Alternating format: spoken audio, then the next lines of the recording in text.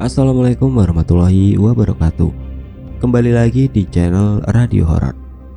Sebelum kita mulai ceritanya, saya minta dukungan dari teman-teman dengan cara klik tombol subscribe channel ini. Dan jangan lupa nyalakan juga lonceng notifikasinya, agar teman-teman semua tidak ketinggalan cerita-cerita baru dari channel ini. Di kisah kali ini masih melanjutkan dari kisah yang sebelumnya, yaitu kisah yang berjudul Teror Pemilik Jalan. Bagi teman-teman yang ingin baca langsung cerita ini, nanti silahkan saja kunjungi akun Twitter beliau yang nanti linknya akan saya sertakan di kolom deskripsi. Dan seperti apa untuk kelanjutan kisah ini, langsung saja kita simak berikut ini. Di luar masih terdengar lantunan ayat-ayat suci yang dibaca oleh para santri. Pelan-pelan suara itu semakin menipis hingga tidak terdengar lagi di telinga Bu Sutar. Tanda bahwa ia sudah terlelap. Tiupan kecil terasa pada wajahnya. Mau tidak mau ia membuka pelan matanya. Gelap. Ia yakin masih berada di kamarnya tadi. Tapi mengapa semuanya gelap? Ia berusaha untuk bangkit dari tempat tidurnya, lalu berjalan ke arah saklar lampu. Mati, lampunya tidak menyala. Pintu kamar terbuka.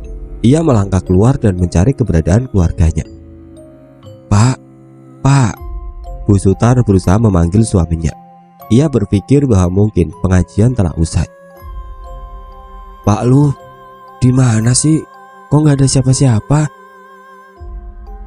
Suara berbisik terdengar dari arah dapur. Suara yang sangat ramai, terdengar banyak orang yang sedang bercakap-cakap. Bu Sutar mulai berjalan ke arah dapur. Dibukanya pintu pembatas ruang belakang dengan dapur itu. Hanya sejengkal ia membuka pintu itu.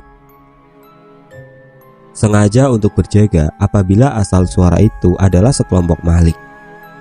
Bukan dapur yang dilihatnya, tetapi malah pasar templek atau pasar kaget. Terlihat banyak orang berlalu lalang di sana. Apa ini? Di mana aku? Kenapa dapurnya hilang? Di saat semua pertanyaan itu memenuhi pikirannya, tiba-tiba sebuah sentuhan mendarat di punggungnya. Sentuhan yang berubah menjadi elusan lembut. Bu Sutar terkesiap dan segera membalikkan badannya. Nampak seorang wanita cantik bergaun merah dengan payung terbuka di tangan kirinya. Perempuan itu tersenyum kepadanya. Senyuman yang terlihat sangat anggun dan menawan. Kulitnya putih semulus beras dengan mata yang indah. Juga bibirnya yang sedikit tebal membuat Bu Sutar sejenak mengagumi paras itu. Ia meraih tangan Bu Sutar dengan lembut dan menuntunnya menaiki anak tangga menuju lantai atas. Saat tiba di sana, Bu Sutar melihat banyak sekali monyet tanpa ekor dengan mata merah memenuhi ruangan. Puluhan, mungkin ratusan monyet berkumpul di sana seperti sedang menanti mangsa.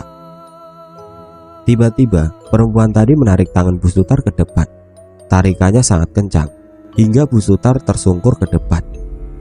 Dengan segera monyet itu berkerumun dan mencakari tubuh Bu Sutar. Ah! Duk, duk, duk. Suara hantaman pada tembok sekeliling rumah Pak Sutar, dibarengi oleh jeritan Bu Sutar yang meledak hebat, membuat seisi rumah menjadi panik. Bu, Ibu, bangun Bu, ada apa Bu? Tanya Mas Galuh sembari mengguncang-guncangkan tubuh ibunya yang menggelincang tidak karuan. Ah! Teriaknya kembali. Bu Sutar belum juga sadar, suaminya yang panik pun segera mengguyurkan air minum ke wajah istrinya itu. Akhirnya ia sadar, badannya tergolek lemas di atas kasur, matanya terbuka, terlihat mengalir air mata dari ujungnya. Tangis mereka pun pecah. Mas Galuh tidak kuasa melihat keadaan ibunya. Luka-luka goresan nampak di beberapa bagian tubuh sang ibu. Beberapa santri hanya melihat dari luar kamar, bukan karena tiada rasa simpati, namun mereka sibuk mengatasi situasi di luar. Duk, duk, duk. Suara hantaman terdengar lagi. Duk, duk, duk. Kali ini lebih keras. Semua santri mengaji lebih keras lagi, semakin keras dan beradu dengan suara benturan-benturan di tembok itu. Pak Sutar memeluk erat Damar sambil menggendong Chandra di dekapannya. Bu, gimana? Udah mendingan? Tanya Pak Sutar yang tengah duduk di ranjang. di samping istrinya yang masih lemas dan berusaha sekuat tenaga agar tetap terjaga. Bu Sutar baru menyadari bahwa yang ia alami tadi hanya mimpi. Namun, bagaimanapun ia masih syok karenanya. "Sudah, Pak," ia menjawab dengan susah payah. Nafasnya belum stabil dan tersegal-segal. Air matanya pun mengenang kembali. Di sisi lain, suara benturan pada dinding telah hilang dan berganti dengan ketukan pada kaca-kaca rumah mereka. Masih sangat jelas ingatan yang tertanam pada semua orang yang di malam itu berada di rumah Pak Sutar. Ratusan pasang mata menatap orang-orang di dalam rumah. Tampak sangat jelas para makhluk itu memperlihatkan wujud mereka. Tangan mereka berebut menggedor-gedor kaca rumah tersebut hingga suara bentakan menghentikan mereka. "Pergi! Sini bukan wilayah kalian!" bentak seorang pria. Ya, siapa lagi jika bukan Barijan? Namun ada yang berbeda dengannya. Di belakangnya ada sosok pria yang kelihatan sudah sangat tua, berbadan tinggi tegap dengan rambut hitamnya. Entah siapa sosok di belakang Barijan itu. Sesaat setelah suara bentakan tadi, makhluk-makhluk yang berada di luar rumah mulai menghilang hingga tiada siapapun di luar. Hanya menyisakan Barijan seorang diri.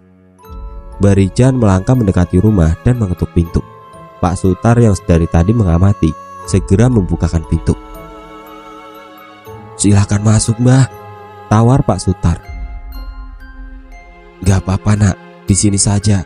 Jangan lupa jaga anak bungsumu. Baunya membuat penghuni dalam keluar hingga sini," jelas kakek itu. "Satu lagi, jangan meninggalkan istrimu sendirian, apalagi saat ini belum selesai masa nifasnya." "Sudah dulu, aku mau pulang," tutup Barijan. Pak Sutar hanya memandangi Barijan yang melangkah menjauh. Salah seorang santri yang memiliki kelebihan menjelaskan pada Pak Sutar maksud perkataan Barijan tadi. Menurutnya, anak bungsu Pak Sutar memiliki kelebihan, dan kebetulan wetonya berjumlah sangat tinggi, hingga membuat para makhluk tadi berebut menemuinya. Dan tentang Bu Sutar, ia baru saja diganggu oleh gadis gaun merah dan kera-keranya yang suka dengan bau darah kotor. Pak Sutar hanya terdiam mendengar pernyataan santri itu. Sesekali ia menengok istrinya yang tengah menyusui putra bungsunya di kamar mereka. Memang begitulah sifatnya. Ia tidak pernah merespon bila ada orang yang memberitahunya tentang hal-hal mistis.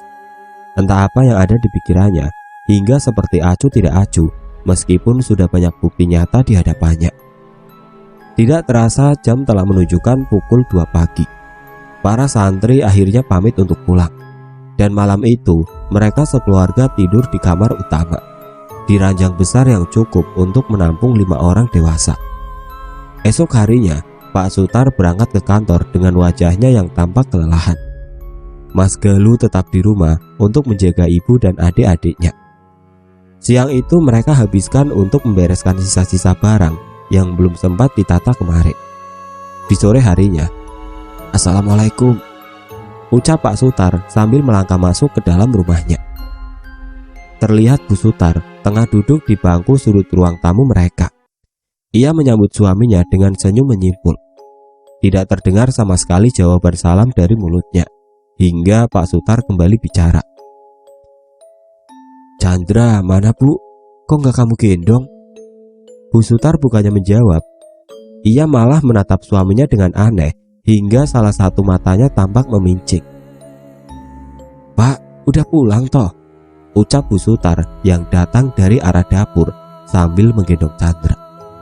Pak Sutar sangat terkejut mendapati istrinya itu. Jika ini adalah istrinya yang asli, lalu siapakah tadi? Sosok itu hilang seketika saat Pak Sutar berbalik ke arah makhluk itu duduk tadi. "Ada apa, Pak?" tanya istrinya kembali. "Nggak apa-apa, masak apa tadi?" Entah mengapa ia menyembunyikan apa yang baru saja ia alami dari istrinya. Mungkin ia masih tidak mau mengakui bahwa pilihannya menentang saran orang-orang adalah hal yang salah. Ia sudah berulang kali diingatkan oleh orang-orang, mulai dari para pekerja yang ia minta untuk membangun rumahnya itu, para tetangga, bahkan mertuanya sendiri. Itulah akibatnya bila terlalu menutup mata dan telinga dari saran orang lain. Setelah lelah seharian bekerja, Pak Sutar segera mandi, lalu makan bersama keluarganya di dapur. Istrinya masih kesal karena banyak perabot di dapur yang rusak tiba-tiba, seperti lemari beserta isinya kemarin yang dihancurkan oleh entah makhluk apa. "Pak, gimana sekolahku?" tanya Galuh. Galuh pada saat itu baru saja memasuki masa SMA. "Udah bapak mintakan izin absen untuk sebulan," jelas Pak Sutar. Mas Galuh tampak tersenyum tenang mendengar perkataan bapaknya. "Loh Galuh, baru saja masuk SMA, kok mau gak masuk sebulan?" timbal ibunya. "Alah gak apa-apa, biar jagain kamu sama adik-adiknya. Semisal kalau aku gak ada di rumah," ujar Pak Sutar sambil melahap makanan di piringnya. Malam hari pun tiba. Pak Sutar, istri, beserta Damar dan Chandra tidur sekamar, sedangkan Mas Galuh tidur di kamar sebelahnya. Saat semua sudah terlelap, tiba-tiba terdengar suara ramai di luar kamar mereka. Suara seperti jalanan yang ramai. Terdengar banyak orang berbincang-bincang, tertawa, dan suara derap langkah melewati dalam rumah mereka. Sesekali terdengar suara gemericing delman dan hentakan dari kaki kuda. Pak Sutar terbangun karena suara-suara itu. Ia melihat di sampingnya, sang istri masih lelap dalam tidur sambil menyusui putranya. Ia turun dari ranjang dan bergegas membuka pintu kamar. Tidak ada siapapun di sana, bahkan suara yang berisik tadi lenyap seketika. Ia menutup kembali pintu kamar dan merebahkan diri di ranjang tadi. Ia kembali terlelap, dan beberapa saat setelahnya ia berguling ke kiri. Kosong. Tangannya tidak mendapati Damar yang seharusnya tidur di sana. Ia terkesiap dan segera berlari keluar kamar. Dicarinya keberadaan Damar, Pak Sutar mengecek semua ruangan dan tidak ada Damar dimanapun. Menengok sudah pukul 3 pagi dan Damar hilang entah kemana. Ia bingung dengan apa yang harus diperbuat. Hingga tok tok tok, suara ketukan terdengar dari pintu depan. "Bapak, Damar pulang," suara anaknya terdengar dari luar. Pak Sutar bergegas membuka pintu depan. Damar, ya, dia seorang diri berdiri di depan pintu. "Kamu ini dari mana? Kok ngilang tengah malam?" tanya Pak Sutar dengan nada setengah membentak. Tangannya mencengkram kuat badan anaknya. Damar yang takut mulai menangis dengan teriakan khas anak seusianya. "Sudah, ayo masuk. Jangan nangis, nanti ibumu bangun," ajak Pak Sutar. Ia segera menggendong Damar masuk, lalu menutup pintu dan mendudukkan putranya di kursi ruang tamu. Ia masih penasaran bagaimana Damar yang penakut itu bisa keluar di tengah malam. "Kamu tadi kemana, nak?" tanya Pak Sutar dalam posisi berlutut di lantai, menghadap putranya yang ada di atas kursi. "Beli jajan, Pak," jawab bocah itu. Pak Sutar bingung, rumah ini jauh dari pasar, lagi pula ini tengah malam, sangat tidak mungkin ada orang yang berjualan. "Lah, Damar kok bisa keluar, gimana caranya, nak?" telisik Pak Sutar. Putranya menatapnya, lalu menggerakkan tangannya, isyarat agar ayahnya mendekat. Ia lalu berbisik, "Damar keluar sama tante," bisiknya lirih. Tante, Pak Sutar adalah anak tunggal, dan istrinya hanya mempunyai satu kakak laki-laki. Siapa tante yang Damar maksud? Dahinya mengerut, matanya menelisik setiap detail tubuh putranya. "Damar beli jajan apa aja tadi, nak?" tanya Pak Sutar. Si anak merogoh sakunya, kemudian mengeluarkan buntalan daun jati. Segeralah Pak Sutar meraih bungkusan itu dan membukanya. Matanya terbelalak melihat ungker jati dan berbagai serangga mati di dalam bungkusan itu. Ia membuka mulut putranya. Tampak bekas-bekas kunyahan dari serangga yang telah dilahapnya. "Tante," seru Damar sambil melambai-lambaikan tangannya ke arah kaca depan. "Tante, masuk sini dong," senyum mengambang di wajah kecil itu. Hawa dingin yang tiba-tiba menyelimuti tubuh Pak Sutar membuat rasa takutnya tidak tertahan lagi. Ia segera membuang bungkusan itu dan menggendong putranya. berlari secepat mungkin menuju kamar dan mengunci pintunya. Tawa khas kuntilanak terdengar dari belakangnya. Ia segera berbalik dan mendapati beberapa sosok perempuan tengah berkerumun di ujung ranjang. Mereka mengerumuni salah satu wanita yang tampak tengah menggendong sesuatu. Ia melangkah mendekat untuk memastikan apa yang ada di dekapan wanita itu. Chandra tengah terlelap pulas digendong wanita itu. Pak Sutar segera membentak mereka, namun para perempuan itu justru menampakkan senyum sinis dan tertawa sangat kencang, melengking hingga membuat telinga Pak Sutar sakit seketika. Brak, brak, bruk. Suara hantaman dari entah apa membuat Bu Sutar yang tadi masih pulas terkesiap. "Apa itu, Pak?" tanya sang istri sambil menengok tempat sebelahnya kosong. Bayinya tidak ada di sana.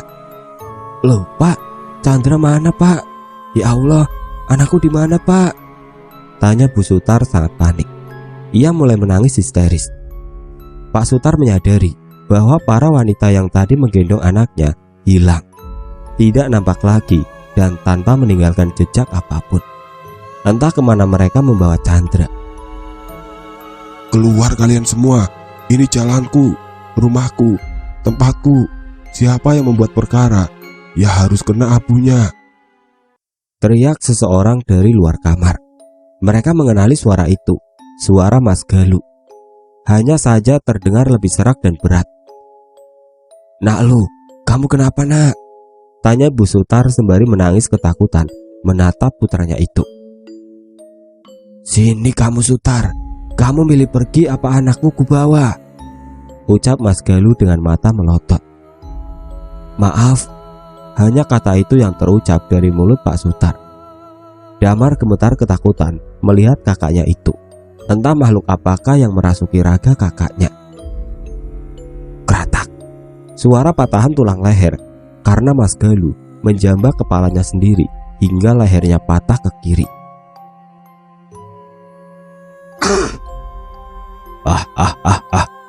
Tawa Mas Galuh menggema di seisi ruangan.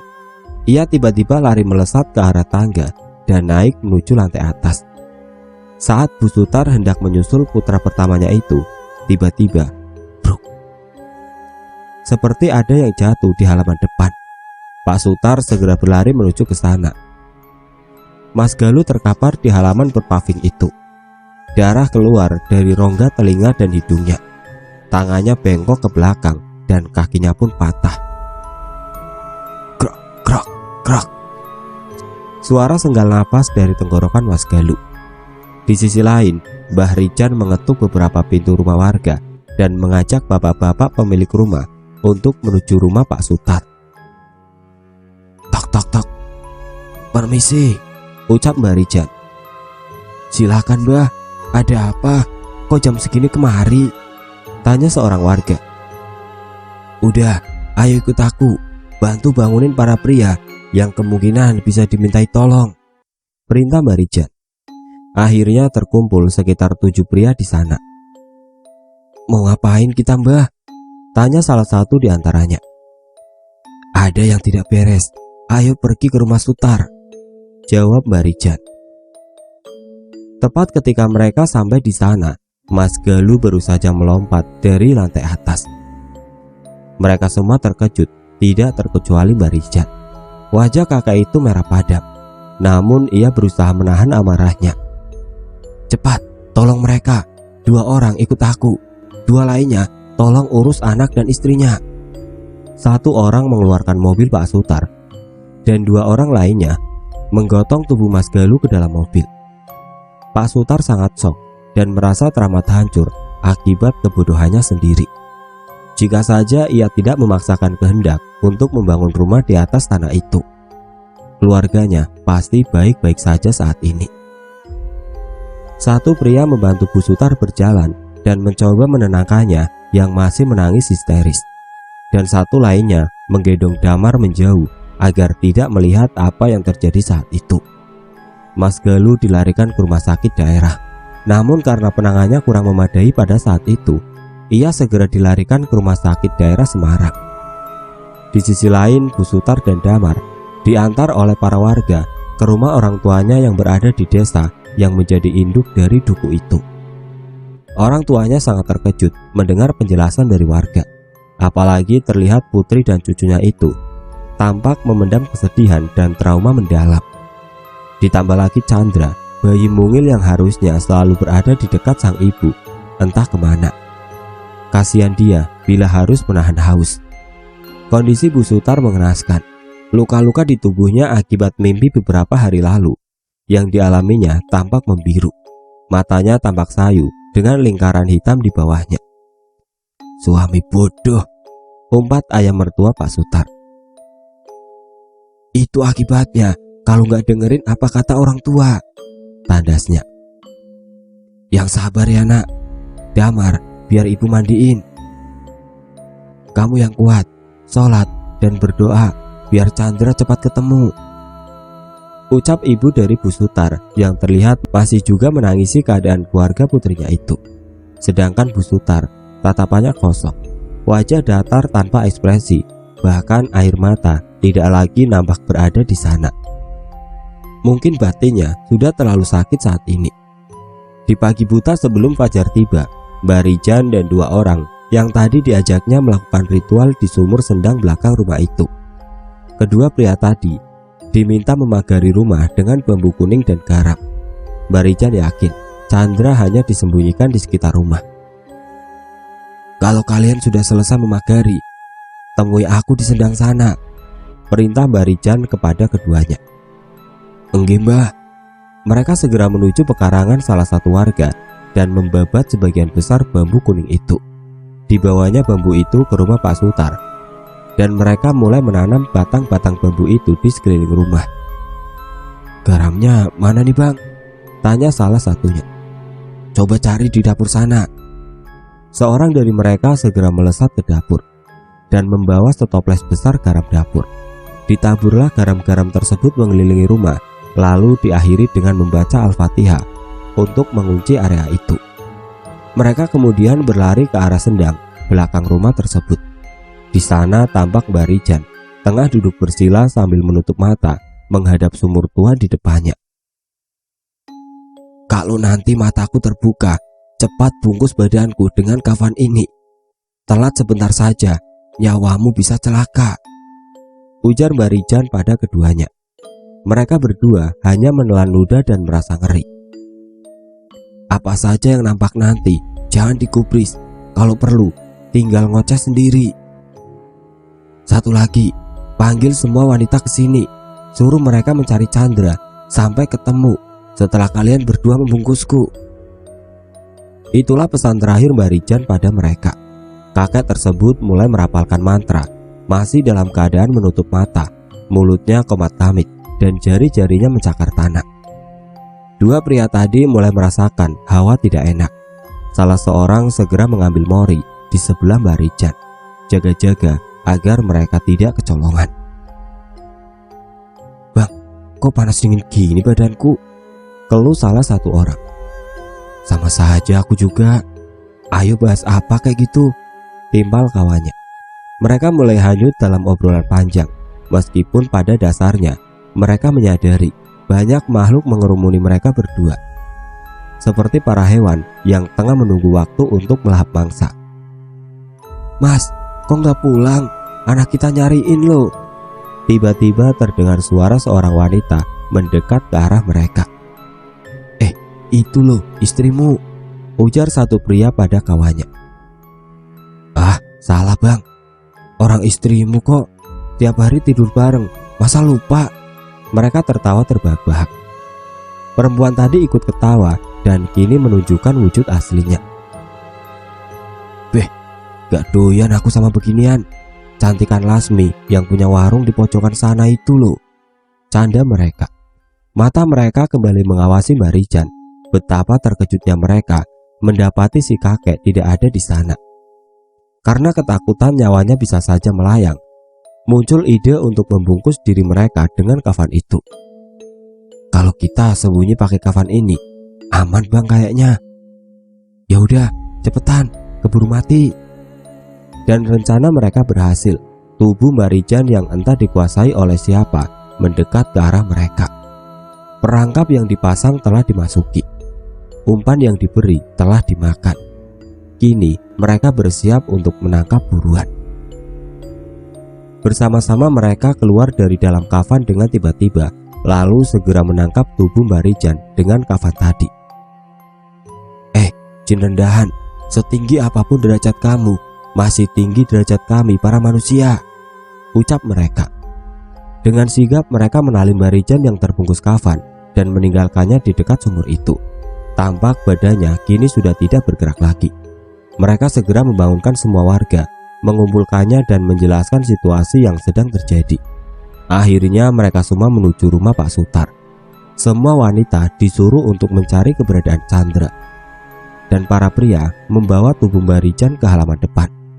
Semua wanita telah mencari di segala penjuru rumah itu, namun Chandra masih belum juga ditemukan. Hingga terdengar teriakan seseorang. "Ini loh, anaknya di sini." Tampak seorang wanita muda membuka gentong tempat menyimpan beras. Para ibu-ibu yang panik segera menghampiri gentong itu. Benar saja, Chandra ada di dalam sana.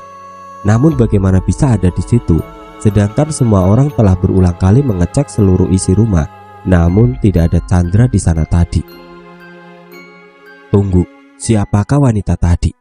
Mereka semua saling tatap dan bertanya satu sama lain tentang perempuan muda tadi. Perempuan dengan baju sederhana khas gadis desa, rambut panjangnya yang diikat membentuk ekor kuda. Mereka tidak mengenalnya, karena tentu saja ia bukan warga dusun. Lalu kemana perginya si gadis? Tidak ada yang tahu dan menyadari kapan perempuan itu datang dan pergi. Seakan tiba-tiba muncul dan hilang seketika.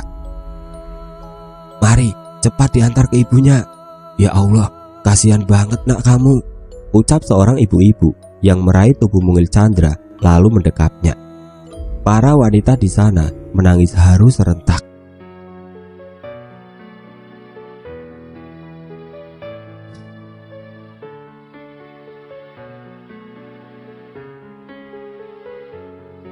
Oke teman-teman, sampai di sini dulu ceritanya. Nantikan kelanjutan kisah ini di video berikutnya. Agar tidak ketinggalan, klik tombol subscribe channel ini dan nyalakan lonceng notifikasinya. Wassalamualaikum warahmatullahi wabarakatuh.